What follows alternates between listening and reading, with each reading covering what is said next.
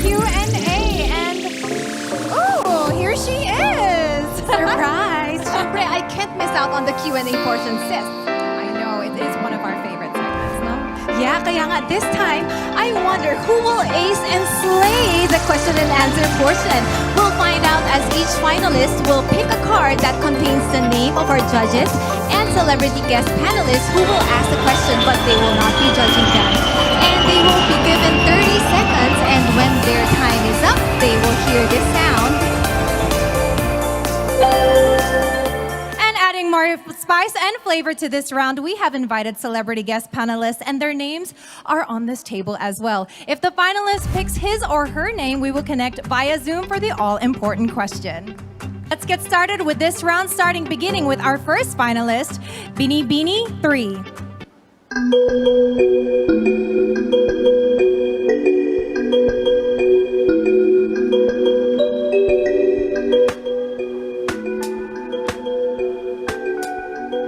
The celebrity guest panelist that I picked is May Sestina Parsons.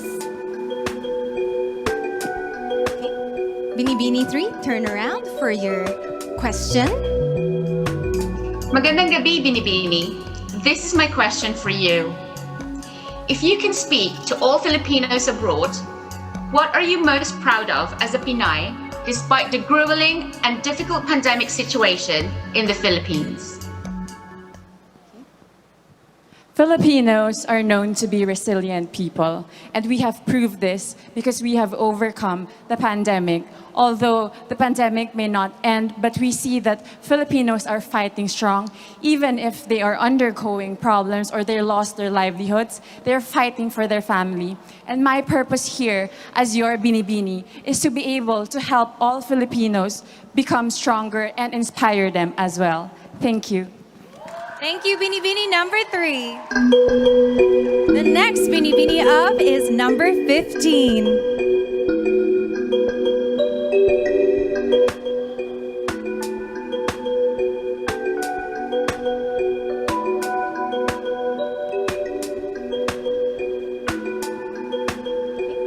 Celebrity guest panelist, Mr. Boy Abunda.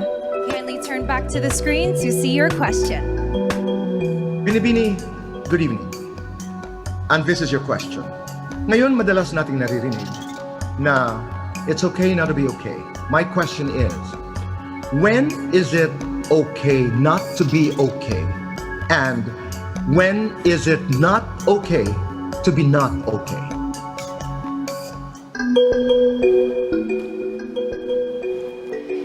You know, sometimes it's hard to move on, especially that if we lost our loved ones, when we're depressed, when we have anxiety, but most of all, when we want to move forward in life.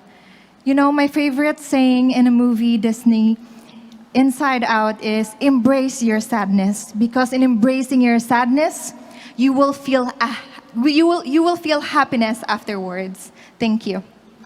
Thank you, candidate number 15. Very graceful through that very challenging question from the King of Talk.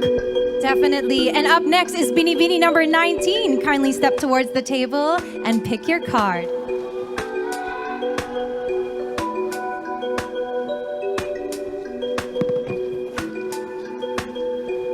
My judge is Miss Maria Garcia. Good evening, Binibini. Good evening.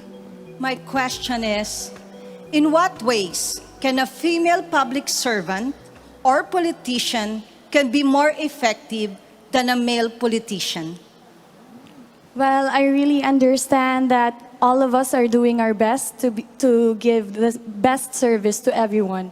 And I can say that men servants are very strong when it comes to making decisions. And with women, they are very passionate when it comes to the things that they are doing, and they're very sensitive with the feeling of the other people, and that's what makes women servants different from men. Thank you, candidate number 19. Up next for our question and A round is Bini Bini 24.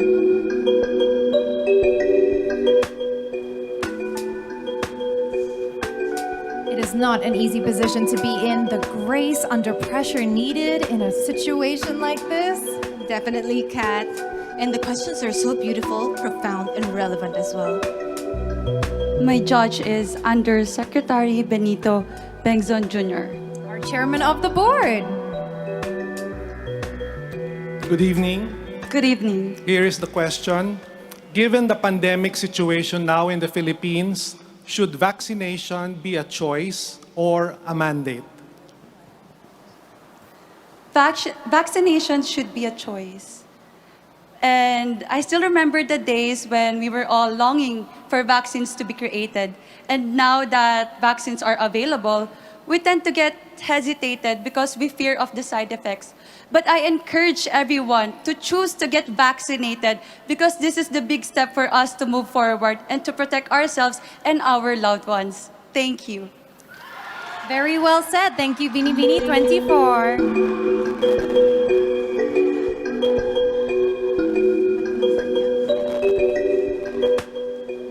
Next up, we have our Bini Bini in the flaming red-orange dress. Graciela Liman.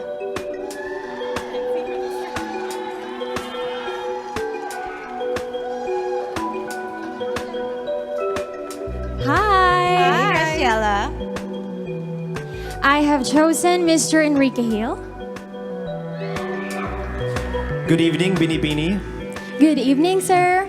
Hi.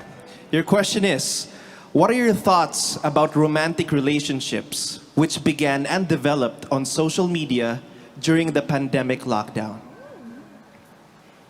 To be completely honest, there is nothing wrong with loving relationships that comes from social media because as we all know, we have harnessed the power of social media.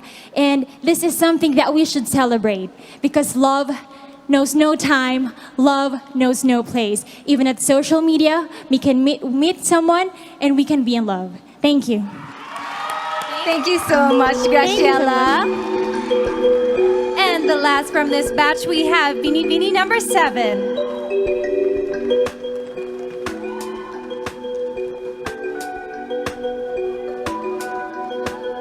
Good luck. I have chosen Miss Kylie Versosa. Hello, Meiji. Hi, Miss Kylie. Hello. My question is, these days, beauty queens are also considered as beauty athletes with all the training we undergo. What is your message of inspiration to all Filipino athletes who are competing in the forthcoming Olympics in Japan, given the pandemic situation? As a candidate myself, I understand and I completely agree that we are like athletes because we are required to be disciplined. We are required to give our 100% passion and focus on whatever we will do. And to our athletes, I know that you are also waiting for this to happen again. And this will happen again in Japan, and it's a good sign, and it means that there's hope, and we are go back to normal. Thank you. Thank you so much, candidate number 7. And that concludes our first round of question and answer portion.